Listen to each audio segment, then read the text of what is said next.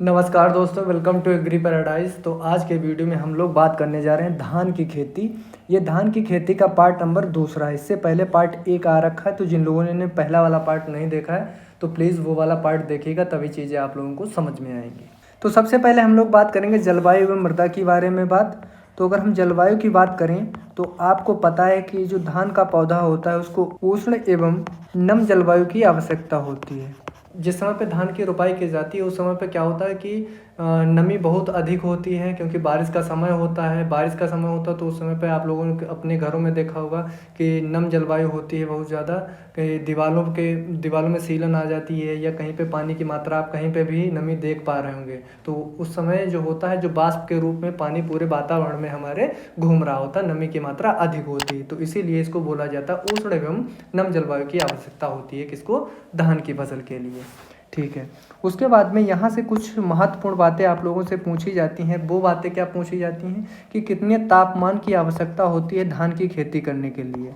तो इसके लिए जो तापमान की आवश्यकता होती है वो होती है 20 से 35 डिग्री सेल्सियस की। ठीक है, याद रखना। उसके बाद में यहाँ से एक और क्वेश्चन पूछा जाता है कि पुष्पावस्था के समय में तापमान की कितनी आवश्यकता होती है। जिस समय पे धान के पौधे से पुष्प निकल रहे होते हैं उस समय पे इसको कितने डिग्री सेल्सियस की आवश्यकता होती है तापमान की, तो 26 से 29 डिग्री सेल्सियस की आवश्यकता होती है।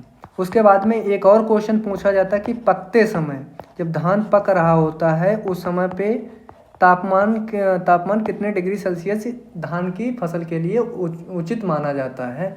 तो माना जाता है 20 से 22 डिग्री सेल्सियस। ठीक है। अब इसमें से आपको याद कौन सा रखना है, तो आपको नॉर्मली ये वाला याद रखना है। ठीक है, ये आपके लिए महत्वपूर्ण है।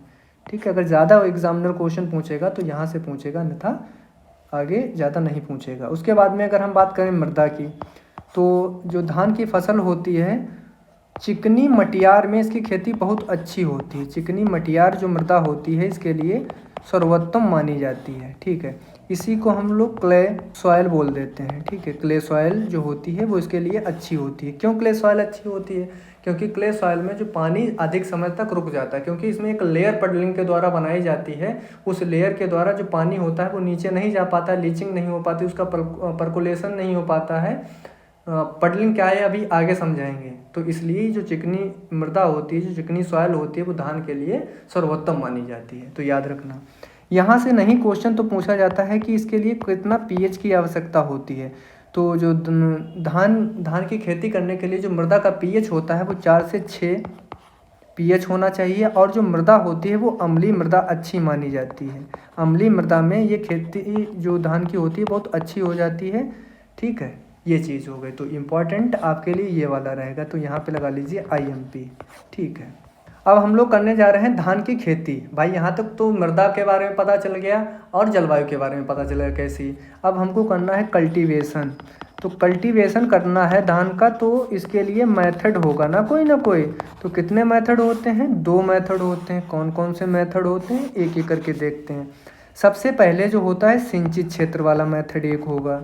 सिंचित क्षेत्र का मतलब क्या है? जहाँ पे पानी की उपलब्धता होती है। जैसे पानी उपलब्ध है, चाहे आप सिंचाई के द्वारा दे रहे हों या आप बारिश के द्वारा, किसी भी तरीके से आप खेत को पानी दे रहे हैं, मतलब धान की जो मेन फील्ड है वहाँ पे आप पानी दे पा रहे हैं, नदी नाला नलकूप किसी भी तरीके से। एक होता असिंचित। अगर हम असिंचित की बात करें तो असिंचित में आपने देखा होगा कि असिंचित का मतलब यही होता है कि जहाँ पे हम पानी उपलब्ध नहीं है किसी भी तरीके से, ना नलकूप है वहाँ पे, ना कोई नदी निकली हुई है, ना कोई नाला है, तो हम वहाँ पे सिंचाई कैसे देंगे? तो पूरी तरीके से हम बारिश के ऊपर डिपेंड रहेंगे। हो सकता है बारिश भी अच्छी तरीके से ना हो। ठीक है, तो यहाँ पे जैसे आप सिंचाई दे रहे हैं, आप नल द्वारा दे रहे हो या किसी भी तरीके से या वर्षा के द्वारा पानी की पूर्ति कर पा रहे हैं, तो ये इस जो मेथड होगा उस मेथड को क्या कहा जाएगा? लो लैंड कल्टीवेशन। ठीक है, अब ये क्या भला होती है अभी हम समझाएंगे। लो लैंड कल्टीवेशन क्या होती है? जो पानी में खेती की जाती है, अर्थात पानी में की जाती है, उसी को हम लो लैंड कल्टीवेशन कहते हैं। मतलब भाई जल भराव हुआ है, उसके अंदर हम पानी में खेती कर रहे हैं, धान का पौधा लगा रहे हैं, धान की खेती कर रहे हैं, तो वो लो लैंड कल्टीवेशन बोला जाएगा। सीधी सी बात है। अब ये असिंचित वाले में क्या है, यहाँ पे मान लो भाई वर्षा के ऊपर हम पूरी तरीके से डिपेंड हैं, अगर बारिश होगी तभी खेती हो पाएगी, नहीं हो पाएगी अन्यथा नहीं हो पाएगी। तो इसको हम लोग बोलते हैं अपलैंड कल्टीवेशन। अब यहाँ पे जो मुख्यतः आपको याद रखना है कि जो हमारा भारत है, भारत में इसी विधि से खेती की जाती है धान की, इसी विधि का प्रयोग हम लोग करते हैं भारत के अंदर। तो हमारे लिए तो महत्वपूर्ण ये वाली है, इसको हम लोग नहीं पढ़ेंगे, ठीक है, क्योंकि जो इम्पॉर्टेंट चीज़ है उसी के बारे में पढ़ेंगे, जो एग्जामिनर क्वेश्चन यहीं से पूछेगा, और बाकी अपलैंड से तो आना ही नहीं आना है, क्योंकि वो इम्पॉर्टेंट ही नहीं है। अब हम लोग देख लेते हैं लोलैंड कल्टीवेशन। जैसा कि लोलैंड कल्टीवेशन में हमने क्या बताया कि ये भारत में हमारी खेती जो होती है वो लोलैंड कल्टीवेशन के द्वारा ही सबसे ज़्यादा की जाती है। इसमें जो मोस्ट कॉमन मेथड होता है, पहला मेथड मोस्ट कॉमन होगा, सबसे ज़्यादा इसी मेथड का प्रयोग किया जाता है, वो कौन सा होता है, ट्रांसप्लांटिंग मेथड। ट्रांसप्लांटिंग मेथड जिसको हम लोग बोलते हैं पौधरोपण। आपने देखा होगा कि नर्सरी से पौध उखाड़ी जाती है और मेन फील्ड में क्या कर देते हैं, उसको रोप देते हैं, तो उसी को हम लोग बोलते हैं ट्रांसप्लांटिंग, ठीक है, अभी इसको समझाएंगे। उसके बाद में दूसरा जो मेथड होता है बीज की सीधी बुवाई, जिसको हम लोग बोलते हैं बीज की सीधी बुवाई, मतलब उसकी हम नर्सरी वगैरह नहीं तैयार करेंगे, उसको मेन फील्ड में ले जाकर सीधे उसकी बुवाई कर देंगे। किस तरीके से करेंगे, या तो हम उसको सीड ड्रिल के द्वारा कर देंगे, सीड ड्रिल, या हम उसको कर देंगे छिटकवा विधि से कर देंगे बुवाई धान की। लेकिन अगर देखा जाए अगर हम भारत में देखें, भारत की बात करें, तो हम लोग ट्रांसप्लांटिंग पौधरोपण ही सबसे ज़्यादा करते हैं, तो ये हमारे लिए ये वाला इम्पॉर्टेंट है, तो हम इसको पढ़ेंगे, इसको नहीं पढ़ेंगे। सीड ड्रिल और छिटकवा विधि से मैंने तो धान की खेती नहीं देखी, वो वही करते हुए, अगर आप लोगों ने देखी है तो कमेंट करके ज़रूर बताना। अगर हम बात करें पौधरोपण की, तो पौधरोपण में हम लोग अगर खेत की तैयारी कर लिए हैं, अब हमको पौधरोपण करना है, तो पौधरोपण के लिए हमको चाहिए नर्सरी, ठीक है। ये मान लेते हैं हम अपने 1 हेक्टेयर खेत के अंदर क्या करने जा रहे हैं, धान लगाने जा रहे हैं, ठीक है, ये हमारा मेन फील्ड हो गया, चीज़ समझते रहना। और उसके बाद में हमको एक नर्सरी, अच्छा जो नर्सरी होती है वो खेत के आसपास ही बुवाई की जाती है, नर्सरी की बुवाई खेत मेन जो फील्ड होती है उसके आसपास ही करते हैं, ताकि हमको जो आसानी रहे जो ट्रांसप्लांटिंग करने के लिए। या तो हम जिस खेत में हमको धान की बुवाई करनी है उसी में नर्सरी तैयार कर लेते हैं, अन्यथा थोड़ी दूर पे मान लेते हैं 100 मीटर या 200 मीटर 1 किलोमीटर तक मान लेते हैं एरिया में इतनी दूरी तक चल जाता है, ठीक है। अब ये नहीं आप 10 किलोमीटर दूर से नर्सरी लेके आ रहे हैं, तो इतनी दूरी में नर्सरी तैयार नहीं की जाती है, ठीक है। ये तो बात जनरल हो गई। इसके बाद में अगर हम बात करें, अगर हमको नर्सरी तैयार करनी है तो क्या करना है, अब 1 हेक्टेयर खेत के लिए हमको नर्सरी तैयार करनी है, तो उसके लिए सबसे पहले हमको अपना खेत डिसाइड कर लेना है। तो कितनी 1 हेक्टेयर खेत के लिए हमको जो नर्सरी तैयार करनी है वो कितना उसके लिए एरिया चाहिए, तो 1/10वां भाग एरिया खेत का चाहिए होता, मतलब ये खेत 1 हेक्टेयर है, इसका 10वां भाग हमको नर्सरी तैयार करने के लिए चाहिए होता है। अब इसको हम कैसे निकालेंगे, देखो 1 हेक्टेयर बराबर कितना होता है, 10,000 मीटर स्क्वायर होता है ना, 10,000 मीटर स्क्वायर होता है, सिंपल सी बात है। अब हमको नर्सरी के लिए निकालना है, जैसे नॉर्मल जो नर्सरी है वो तैयार करने के लिए धान के लिए 10वां भाग चाहिए होता है, तो इसको हम लोग क्या कर देंगे, 10 से भाग कर देंगे, 1 से 1 0 कैंसिल हो जाएगा, कितना बचेगा, 1,000 बचेगा, 1,000 मीटर स्क्वायर बचेगा। तो जो ये एरिया होगा 1 हेक्टेयर खेत के लिए, तो 1,000 मीटर स्क्वायर हमको चाहिए होगा, ठीक है, ये चीज़ पता हो गई। उसके बाद में कुछ चीज़ें आप लोग याद रखना, यहाँ पे नोट डाले दे रहे हैं। एक आप लोगों ने श्री पद्धति विधि सुनी होगी, पद्धति विधि जिसको हम लोग SRI मेथड बोलते हैं, ठीक है। इसके लिए जो खेत चाहिए होता है, नर्सरी के लिए एरिया चाहिए होता है, वो कितना चाहिए होता है, क्वेश्चन यहाँ से पूछा जाता है। तो इसके लिए जो चाहिए होता है 1/100वां भाग चाहिए होता है, खेत का 1/100वां भाग चाहिए होता है, ठीक है, मुख्य खेत के लिए, ठीक है। इसको निकालने के लिए आप सिंपल सा क्या करेंगे, 1 हेक्टेयर में कितना होता है, 10,000 मीटर स्क्वायर होता है, अभी मैंने बताया 10 मीटर स्क्वायर होता है। अब इसको क्या करेंगे आप 100 से क्या कर देंगे, डिवाइड कर देंगे, भाग कर देंगे, तो 2 0 कैंसिल हो जाएगा, कितना बचेगा 100। तो निकल आया आराम से कि जो इसके लिए कितना 100वां भाग चाहिए होता खेत के लिए, तो ये याद रखना। और एक और याद रख लेना, डेपोक विधि आप लोगों ने सुनी होगी, डेपोक अगर विधि से अगर हम बुवाई करना चाहते हैं, ट्रांसप्लांटिंग करना चाहते हैं अपने खेत में, तो इसके लिए कितना एरिया चाहिए होता है नर्सरी के लिए? इसके लिए जो नर्सरी के लिए एरिया चाहिए होता है वो 60 से 65 मीटर स्क्वायर चाहिए होता है, ठीक है, 1 हेक्टेयर खेत के लिए। तो जैसा कि मैंने बताया है, ये वाला याद रखना है, ये वाला याद रखना है। इसके लिए एसआरआई मेथड जो श्री पद्धति विधि है, इसको नर्सरी के लिए 1/100 भाग खेत चाहिए होता है, और डेपोक को 60 से 65 मीटर स्क्वायर 1 हेक्टेयर खेत के लिए चाहिए होता है, ठीक है। आशा करता हूँ ये भी चीज़ आपको अच्छी तरीके से समझ में आई होगी। अगर नहीं आई है तो कमेंट करके बताना, अगले लेक्चर में और अच्छी तरीके से आपको चीज़ें समझा देंगे। अब हम लोग देख लेते हैं बीज दर। अब हम लोगों ने नर्सरी के बारे में तो अच्छी तरीके से पढ़ लिया है, अब हमको बीज दर, अब कितनी बीज दर पड़ेगी नर्सरी तैयार करने के लिए, या छिटकवा विधि से हम बुवाई कर रहे हैं, किसी विधि से बुवाई कर रहे हैं, लेकिन हमको वहाँ पे बीज दर पता होना चाहिए अगर एग्जामिनर पूछ लेता है। तो अगर हम सामान्य पौधरोपण की बात करें यहाँ पे बीज दर के लिए, सामान्य पौधरोपण विधि से अगर हम बुवाई कर रहे हैं तो यहाँ पे जो बीज दर होगी वो कितनी होगी? 40 से 45 केजी प्रति हेक्टेयर, ठीक है, चीज़ समझते रहना। फिर उसके बाद में अगर आपसे कभी भी पूछ लिया जाए, ये तो मान लो कि जो बड़े दाने होंगे धान के, भाई जो बड़े वाले दाने होंगे, नॉर्मल बड़े दानों की बात कर रहे हैं उनके लिए, अगर पूछ दे कि छोटे दानों के लिए, तो यहाँ पे 30 से 35 केजी प्रति हेक्टेयर की दर से हम लोग बुवाई करेंगे। ये कौन से दानों के लिए? ये जो छोटे दाने होंगे, अगर उनसे बुवाई हम करना चाहते हैं। सामान्य पौधरोपण की यहाँ पे बात चल रही है। हालांकि आपको याद यही वाला रखना है, ज़्यादा कुछ नहीं है, ये वाला मत याद करना। 40 से 45 केजी प्रति हेक्टेयर की दर से बीज पड़ जाता है, सामान्य की बात हो रही है। फिर उसके बाद में हम लोग बात करें छिड़कवा विधि से। छिड़कवा विधि से अगर हम धान की बुवाई कर रहे हैं तो बीज दर कितनी होगी? तब बीज दर होगी 100 केजी प्रति हेक्टेयर, अगर हम लोग किसकी कर रहे हैं? छिड़कवा विधि से कर रहे हैं। उसके बाद में देख लेते हैं हाइब्रिड की। हाइब्रिड धान की जो बीज दर होती है वो कितनी होती? ये इंपॉर्टेंट आपके लिए रहेगी, 15 से 20 केजी प्रति हेक्टेयर, ये इम्पॉर्टेंट है, ठीक है। उसके बाद में आपसे पूछ ली जाएगी बासमती की। बासमती धान की बीज दर पूछी जाती है, तो इसके लिए आपको याद रखना है 20 केजी प्रति हेक्टेयर। और यहाँ पे देख लो एसआरआई, जिसको हम लोग अभी हिंदी में बताए थे श्री पद्धति की जो बीज दर होती है वो कितनी होती है? 5 केजी प्रति हेक्टेयर, 5 केजी प्रति हेक्टेयर, तो याद रखना। उसके बाद में डेपोक, अगर डेपोक विधि से अगर आप बुवाई कर रहे हैं तो बीज दर कितनी होनी चाहिए? डेपोक के लिए आपको याद रखना है 1.5 से 3 केजी प्रति मीटर स्क्वायर, ठीक है। बाकी सब केजी प्रति हेक्टेयर में है, और डेपोक में क्या है? 1.5 से 3 केजी प्रति मीटर स्क्वायर की आवश्यकता, बीज दर की आवश्यकता पड़ती है। तो आपको ये सारी चीज़ें याद रखनी है, ठीक है। तो इम्पॉर्टेंट आपके लिए एसआरआई वाला रहेगा, डेपोक वाला रहेगा, क्योंकि डेपोक वाला थोड़ा यूनिक है तो ज़्यादा एग्जामिनर पूछ देता है।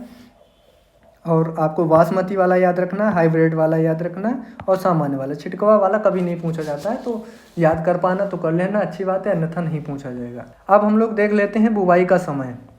देखो बुवाई के समय की अगर हम बात करें तो इसमें 3 ऋतु होती हैं। ऋतुएँ कितनी होती हैं? 3 ऋतुएँ होती हैं। सबसे पहले की अगर हम बात करें तो सबसे पहले वाला जो होता है उसको हम लोग बोलते हैं जो पहली ऋतु होती है। पहले हम सबसे पहले ऋतु देखेंगे, फसल की ऋतु देखें, बुवाई का समय देखेंगे और कटाई का समय देखेंगे, ठीक है।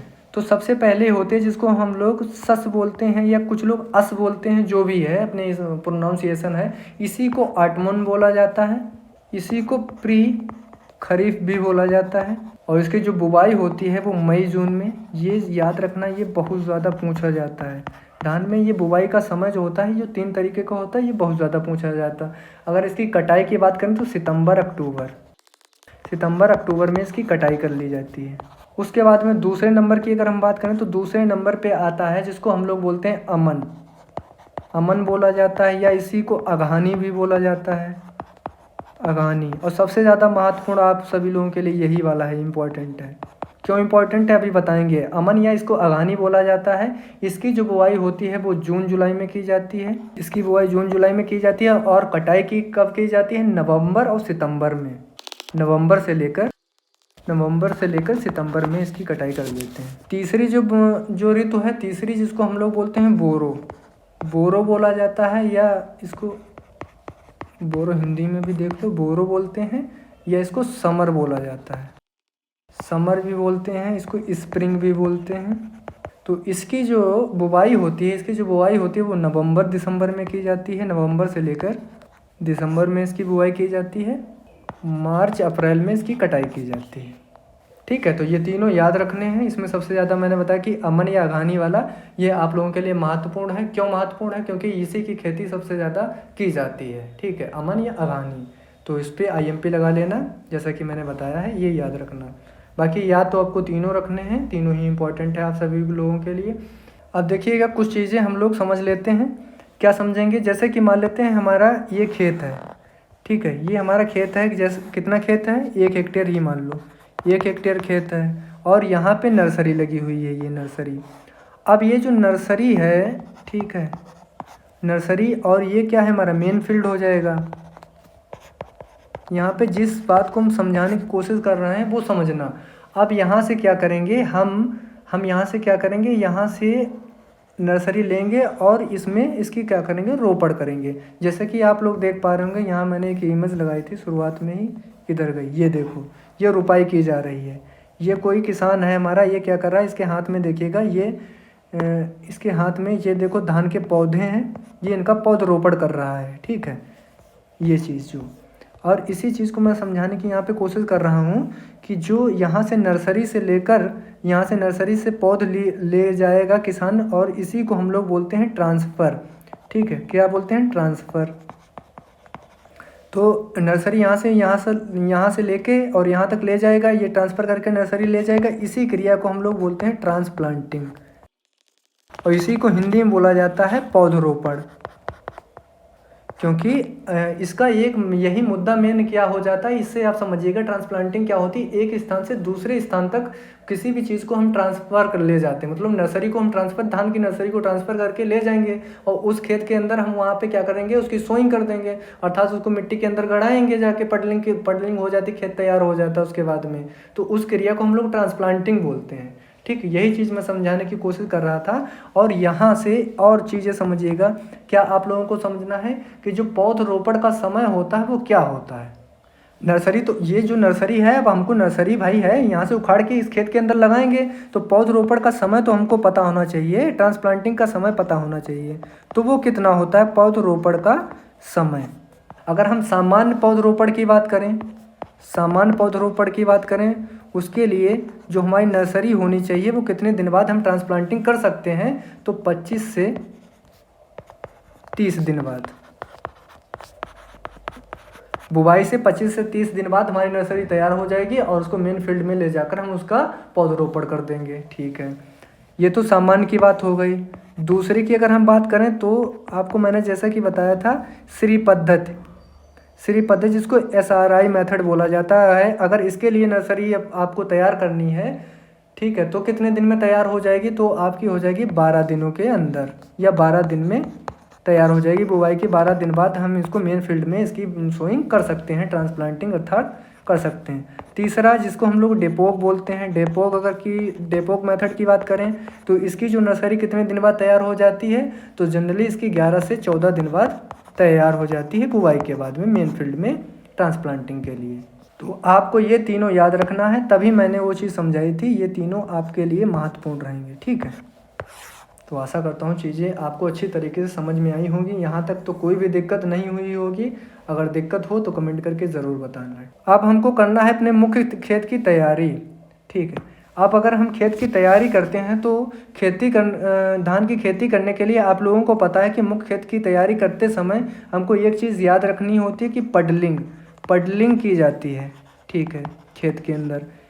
अच्छा, ये पडलिंग क्यों की जाती है? मैंने अभी बताया था। तो पडलिंग क्यों की जाती है कि पडलिंग जो होती है वो इसलिए की जाती है कि जो हमारे खेत के अंदर मिट्टी है वो मुलायम हो जाए।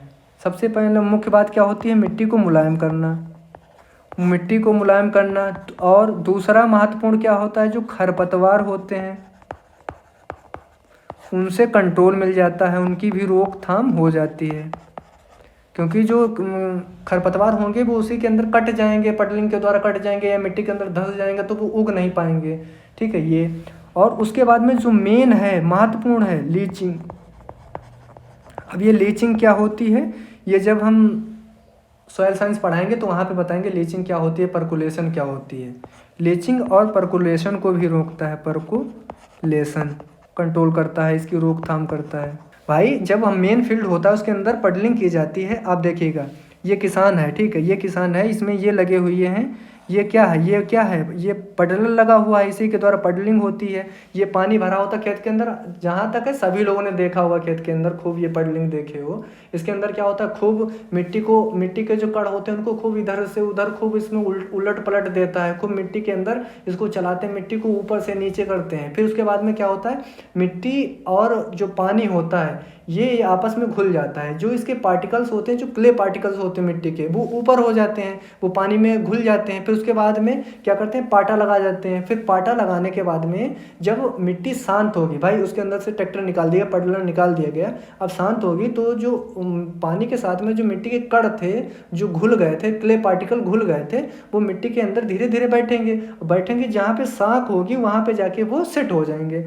अब सेट हो जाएंगे तो पानी क्या होगा, नीचे नहीं जा पाएगा, लीचिंग नहीं हो पाएगी, परकुलेशन नहीं हो पाएगा, पानी खेत के ऊपर भरा रहेगा।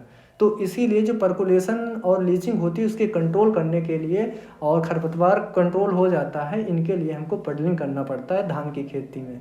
तो सबसे महत्वपूर्ण ये क्रिया होती है धान के खेत के अंदर करने के लिए। ये भी चीज़ आपको समझ में आई होगी। कोई भी अगर दिक्कत है तो आप ज़रूर बताना। अब पौधरोपण की अगर हम दूरी की बात करें, पौधरोपण की दूरी बहुत ज़्यादा इम्पॉर्टेंट है। ये इसलिए इम्पॉर्टेंट है क्योंकि जैसे हम लोगों ने गेहूं के अंदर पढ़ा था कि क्यारी से क्यारी की दूरी इतनी होती है, जैसे गेहूं में पढ़े थे, पौध से पौध की दूरी कितनी होती है, वो हमने गेहूं में पढ़ी थी। ऐसे ही धान की भी महत्वपूर्ण होती है। तो आपसे पूछा जाएगा कि धान में जो पौध से पौध की दूरी होती है वो कितनी रखी जाती है। ठीक है, सिंपल सा क्वेश्चन पूछ देगा तो आप बताएंगे 10 से 15 सेंटीमीटर हम लोग रखते हैं धान के अंदर। उसके बाद में आपसे पूछ देगा कि क्यारी से क्यारी की दूरी कितनी रखेंगे धान के फील्ड में।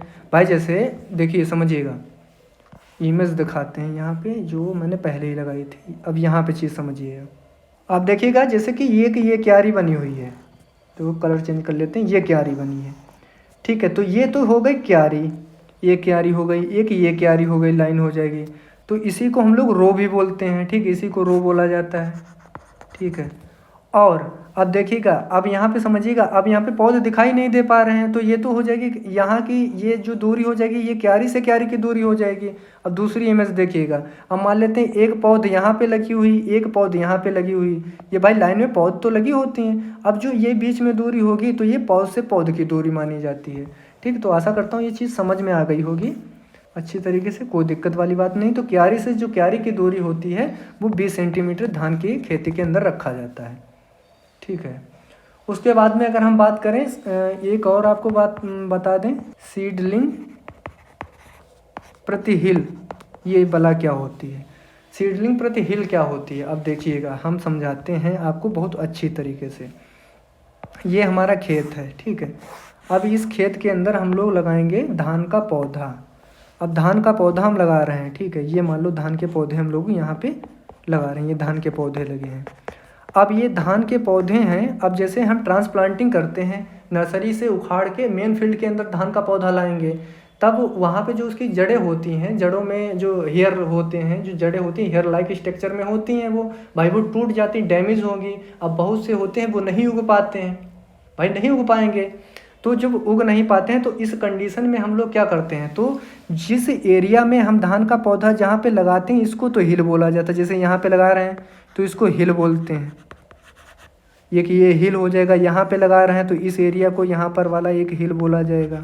तो एक हिल में जो सीडलिंग होती है वो एक हिल में कितनी होती है, तो हमेशा आपको याद रखनी है 2 से 3 पौधे एक सीडलिंग में रहते हैं या एक हिल में रहते हैं, ठीक है। एक हिल में कितने पौधे रहते हैं, 2 से 3, ठीक है। तो यहाँ पे जैसे मान ले इस फील्ड में हम लगा रहे हैं, यहाँ पे एक हिल में लगा रहे हैं पौधा, तो यहाँ पे हम 2 से 3 पौधे लगाएंगे, क्योंकि हो सकता है एक आध ना वहाँ पे अपना ट्रांसप्लांटिंग जो की है वो ना उग पाए, या किसी कारणवश सूख जाए, कुछ भी हो सकता है। तो वहाँ पे जो दूसरा या तीसरा पौधा है वो उग जाएगा आसानी से। तो इसलिए यहाँ पे 2 से 3 पौध हम लोग लगाते हैं, तो इस एरिया को हिल बोला जाता है।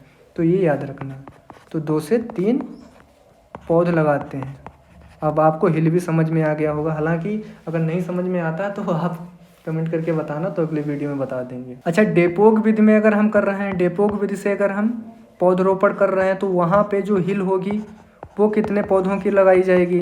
तो वहाँ पे जो हिल पौधों की होती है वो होती है 5 से 6 पौधों की, क्योंकि यहाँ पे ज़्यादा कंडीशन वैसी होती है कि हो सकता है यहाँ पे 2 या 3 पौधे ना उग पाएँ, तो बाकी के जो बचे हुए पौधे हैं तो यहाँ पे ज़्यादा पौधे लगाए जाते हैं इसीलिए। उसके बाद में आपको SRI वाली जो श्री पद्धति विधि है इसके बारे में बता दें, तो इसकी जो दूरी होती है वो कितनी रखी जाती है?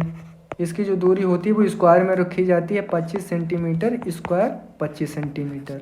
SRI मेथड में जो पौधे होते हैं, श्री पद्धति विधि में जो पौधे होते हैं वो स्क्वायर मेथड में लगाए जाते हैं, ठीक है। तो यहाँ पे जो दूरी होती है वो भी स्क्वायर मेथड में ही रहती है, 25 सेंटीमीटर स्क्वायर 25 सेंटीमीटर, ठीक है। यहाँ तक चीज़ें आपको समझ में आ गई होंगी क्लियर। अब हमारा जो नेक्स्ट टॉपिक है वो क्या है? उर्वरक, फर्टिलाइज़र। अगर हम उर्वरक की बात करें तो यहाँ पे जो उर्वरक होता है NPK, जनरली क्या होता है, जैसे आप गेहूं की खेती पढ़े हैं, मैंने ही पढ़ाई, तो वहाँ पे जो है NPK पूछा जाता है बहुत ज़्यादा एग्ज़ाम में। तो यहाँ पे NPK नहीं पूछा जाए, क्योंकि गेहूं की फसल का जो NPK है रेशियो वो ज़्यादा पूछा जाता है, धान का नहीं उतना पूछा जाता, लेकिन तब भी आपको पता होना चाहिए। तो इसका कितना होता है? 100:60 होता है, ठीक है। इतना होता है kg प्रति हेक्टेयर, ये भी पता होना चाहिए, सिंपल सी बात है। यहाँ पे आप लोगों को पता होगा कि नर्सरी जब हम लोग तैयार करते हैं तो नर्सरी में एक रोग लगता है, ठीक है। जब नर्सरी तैयार करते हैं तो यहाँ पे एक रोग लगता है, उस रोग का क्या नाम होता है? उसका नाम होता है खैरा रोग। आप लोगों ने खूब पढ़ा होगा, ठीक है, खूब सुना होगा, सोच रहे होंगे कि इसको रोग में ही पढ़ाते हैं, लेकिन ये एक डिसऑर्डर है। तो यहाँ पे जब हम उर्वरक पढ़ा रहे हैं तो इसलिए मैं यहाँ पे बता दे रहा हूँ। खैरा बीमारी लगती है, ये किसकी कमी से लगती है? सभी को पता है कि ये जिंक की कमी से लगती है, सिंपल सी बात है, ठीक है। इसकी पूर्ति करने के लिए हम लोग क्या करेंगे वो अभी हम बता रहे हैं। यहाँ पे ये जो खैरा रोग है इसकी कहानी समझ लीजिए। आपको बता दें कि पंतनगर यूनिवर्सिटी, आपको पता है कि ये सबसे पहली यूनिवर्सिटी है हमारे भारत की, सबसे पहली प्रथम यूनिवर्सिटी कौन सी है? वो पंतनगर यूनिवर्सिटी है, सभी को पता है, ठीक है। तो यहाँ पे क्या, एक प्रोफेसर हुआ करते थे, ठीक, प्रोफेसर हुआ करते थे, उनका नाम था बाई एल नैने जो थे, इनका खेत था। उस खेत में इन्होंने अपने लेबरों से कहा कि ये कहानी कहाँ तक सच है या झूठ है ये हमको नहीं पता है, लेकिन जितना हमने किताबों में पढ़ा है तो मैं उसी बेस पे बता रहा हूँ। तो इन्होंने कहा कि आप लोग जाइए, आप खेत के अंदर उर्वरक डाल के आइए। तो वो जो उर्वरक थी वो कौन सी थी? वो ZnSO4 मतलब जिंक सल्फेट का बोरा दिया या बैग दिया उन्होंने डालने के लिए। तो वो किसान जा रहे थे तो वो कहीं पे फटा हुआ था, तो फटा हुआ था वो धान की जो नर्सरी लगी हुई थी उसमें वो फैलती हुई जिंक सल्फेट फैलता हुआ वो जो बैग था वो चला गया, और उसने अपने खेत के अंदर वो डाल दी जाके। तो नर्सरी में जब डॉक्टर वाई.एन. नैने गए तो उन्होंने परीक्षण किया, तो वहाँ पे उन्होंने देखा कि जहाँ पे जिंक का बोरा गया था वो लेके जिंक सल्फेट का, तो वहाँ पे कोई भी रोग खैरा नहीं लगा हुआ, बाकी पूरी फील्ड में खैरा रोग लगा हुआ। तो उन्होंने ये देखा, तो उन्होंने पूछा कि ये भाई कैसे हुआ? तो उन्होंने बताया कि जो साहब ऐसा था कि हम लोग बोरा लिए जा रहे हैं या बैग लिए जा रहे थे जिंक सल्फेट का, तो वो वहाँ पे फटी हुई थी, वो गिरता हुआ गया, तो इस वजह से। फिर उसके बाद में उस पर बहुत सारे परीक्षण हुए तो ये बात सिद्ध हो गई कि जो खैरा रोग होता है वो जिंक की कमी से लगता है। तो जो जिंक की कमी होती है वो अपने खेत के अंदर अगर हम ZnSO4 मतलब जिंक सल्फेट अगर हम खेत के अंदर छिड़काव कर दें तो जिंक का खैरा रोग होता है उससे हमको छुटकारा मिल जाता है, ये चीज़ होती है, ठीक है। तो आपसे आप कभी भी पूछें कि खैरा रोग की जो कमी होती है जिंक की कमी से होती है, और तो उसकी हम पूर्ति करने के लिए हमको क्या डालना चाहिए? तो जिंक सल्फेट डालना चाहिए आपको अपने खेत के अंदर, ठीक है। तो ये कब की बात है? तो ये भी आप अगर याद करना चाहते हो तो याद रखना 1966 की बात है। 1966 में बाई.एल. नैने जो पंतनगर यूनिवर्सिटी में प्रोफेसर थे उनके द्वारा इसकी खोज की गई थी, ऐसा माना जाता है। उसके बाद में अगर हम बात करें जैविक उर्वरक की, तो धान की खेती के अंदर जो जैविक उर्वरक होते हैं, एजोला एक तो हो गया आपका, एजोला मुख्य रूप से यूज़ किया जाता है। दूसरा नील हरित शैवाल, इसका प्रयोग किया जाता है, जिसको हम BGA बोलते हैं, ब्लू ग्रीन एल्गी, ठीक है। आप लोग इमेज में देखिएगा, ये ब्लू ग्रीन एल्गी हैं, इसमें हम मेन फील्ड के अंदर डाल देते हैं। ये मेन फील्ड है, इसके अंदर हम डाल देंगे ब्लू ग्रीन एल्गी, ठीक है। ब्लू ग्रीन एल्गी क्या करती है, इसके ऊपर एक लेयर जैसी बना लेती है कि धान के ऊपर पूरी अपनी लेयर सी बना लेगी। धान पानी के अंदर डाल दिया जाता है। नील हरित शैवाल को हम लोग पानी में डाल देते हैं, उसके ऊपर क्या होता है कि वो उगाती है, वो ग्रोथ उसकी जो नील हरित शैवाल की होती है बहुत तेज़ी से होती है। फिर ये क्या करती है, जो वायुमंडल के अंदर नाइट्रोजन होती है उसका फिक्सेशन करके पौधों को दे देती है। तो इसीलिए इसको बोला जाता है कि जो नील हरित शैवाल और एजोला वगैरह होते हैं, जो बायो फर्टिलाइज़र होते हैं धान की खेती में अगर डालने से, ये लगभग कितना, अगर हम यहाँ पे बात करें तो ये लोग जो होते हैं 20 से 25 केजी नाइट्रोजन प्रति हेक्टेयर की दर से ये क्या कर लेते हैं, इकट्ठा करके और धान के पौधे को प्राप्त कर देते हैं, मतलब दे देते हैं, उसको उपलब्ध करा देते हैं धान के पौधे को। वायुमंडल से नाइट्रोजन 20 से 25 केजी नाइट्रोजन ले लेंगे और धान की पौधों को ये लोग दे देते हैं। तो इतना लाभ होता है, तो इसीलिए इनको डाला जाता है धान के अंदर। ठीक है, आशा करता हूँ ये भी चीज़ समझ में आ गई होगी। अच्छा, आपसे कभी भी पूछा जाएगा तो बीजीए, ये नील हरित शैवाल और एजोला वगैरह, इनका काम क्या होता है मेन फील्ड के अंदर, तो ये नाइट्रोजन फिक्सेशन का काम करते हैं। नाइट्रोजन फिक्सेशन का काम करते हैं, मतलब नाइट्रोजन स्थिरीकरण करते हैं, वायुमंडल की नाइट्रोजन को मेन फील्ड में लाते हैं। ठीक है, उसके आगे थोड़ी सी और जानकारी आप लोगों को दे देते हैं। क्या जानकारी है, आप लोगों ने देखा होगा जो कि धान का जो खेत होता है, जैसे मान लेते हैं ये धान का कोई खेत है, बहुत बेसिक चीज़ है, आप लोग समझ जाएंगे बहुत आसानी तरीके से। हमने बताया था कि खेती इसकी 2 तरीके से करते हैं। एक तो आप लोगों को जैसे बताया था कि पानी, जहाँ पे पानी भरा होता है, और एक जगह वो होती है जहाँ पे पानी नहीं भरा होता है, अपलैंड वाली एरिया, और जो लो लैंड वाली होती है वहाँ पे पानी भरा होता है। यही तो चीज़ें बताई थी। आप देखिएगा, जो लो लैंड एरिया होगी, यहाँ पे लो लैंड कल्टीवेशन होगा, उसका खेत ये मान लो, और ये मान लेते हैं अपलैंड वाला, अपलैंड कल्टीवेशन यहाँ पे होगी। यहाँ पे समझने की चीज़ क्या है वो समझना बस, इसके अलावा छोड़ते हैं। यहाँ पे पानी की व्यवस्था है, पानी भरा हुआ है, खेत के अंदर पानी भरा है, तो यहाँ पे जो पौध लगी होगी, यहाँ पे जो पौध लगी होगी ये पानी के अंदर होगी, ये पौध जो लगी होगी पानी के अंदर लगी होगी। तो इस एरिया को क्या बोला जाता है, ये चीज़ इम्पॉर्टेंट है। तो इस एरिया को बोला जाता है रिड्यूस्ड जोन। क्या बोला जाता है, रिड्यूस्ड जोन बोलते हैं इसको। ठीक है, यहाँ पे अब यहाँ पे रिड्यूस्ड जोन में होता क्या है, यहाँ पे ऑक्सीजन अब्सेंट होती है, मतलब कि ऑक्सीजन नहीं होगी। ठीक है, ये समझाने की मैं कोशिश कर रहा था। 2 तरीके की जोन होती है, रिड्यूस्ड जोन होती है, ऑक्सीडाइज्ड जोन होती है। तो यहाँ पे क्या होती है, अपलैंड वाले में क्या होगी, यहाँ पे पानी तो नहीं भरा होगा, यहाँ पे जो पौध लगी होगी ये पानी नहीं होगा, यहाँ पे पानी नहीं होता है, सिंपल सी बात पता है। तो इस एरिया को क्या बोलेंगे, ऑक्सीडाइज्ड जोन। यहाँ पे जो ऑक्सीजन होगी वो प्रेजेंट होगी। तो आपको ये चीज़ याद रखनी है, यहाँ पे ऑक्सीजन प्रेजेंट होती है और यहाँ पे ऑक्सीजन अब्सेंट होती है। जैसा कि बताया कि जो ऑक्सीडाइज्ड जोन होता है अपलैंड कल्टीवेशन इस यहाँ पे की जाती है, जो रिड्यूस्ड जोन होता है यहाँ पे लोलैंड कल्टीवेशन की जाती है। ठीक है, तो अब जो लोलैंड कल्टीवेशन जहाँ पे हम लोग करते हैं, जहाँ पे पानी जल भराव की समस्या होती है, यहाँ पे रिड्यूस्ड जोन होता है।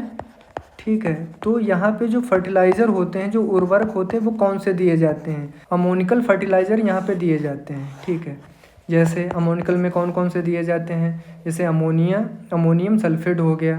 ये क्वेश्चन यहाँ से आपसे कभी पूछा नहीं जाएगा, आप जब BSc एजी वगैरह करेंगे तो वहाँ पे आपको महत्वपूर्ण ये लगेगा कि ये बहुत आपके लाभदायक की चीज़ है। बाकी इंटर वगैरह में नहीं पूछा जाता, यूपी कैडेट में भले ही पूछ लें, तो इसीलिए मैंने यहाँ पर बता दिया। ठीक है, और यहाँ पे जो अमोनिकल सल्फेट दिया जाता है, अमोनिकल वाला जो फर्टिलाइज़र होता है वो दिया जाता है। और यहाँ पे चीज़ आपको याद रखनी है कि इसमें क्या होता है, डीनाइट्रिफिकेशन होता है, नाइट्रिफिकेशन होता है, और लीचिंग होती है। ये सारी चीज़ें क्या हैं ये बाद में बताएंगे, जब आपको सोयल साइंस हम पढ़ाएंगे तो वहाँ पे सी चीज़ें आपको समझ में आ जाएंगी।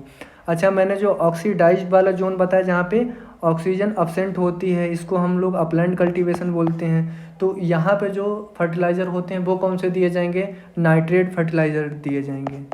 नाइट्रेट फर्टिलाइज़र में कौन से, जैसे फॉर एग्जांपल के जैसे सोडियम नाइट्रेट हो गया, सोडियम नाइट्रेट है, पोटेशियम नाइट्रेट है, पोटेशियम नाइट्रेट, ये दिए जाते हैं, पोटेशियम हो गया, कैल्शियम नाइट्रेट हो गया, इस तरीके के यहाँ पे दिए जाते हैं। तो आशा करता हूँ चीज़ें आपको समझ में आ गई होंगी। अगर किसी प्रकार का किसी को डाउट होता है तो कमेंट करके ज़रूर बताना। Thank you for watching.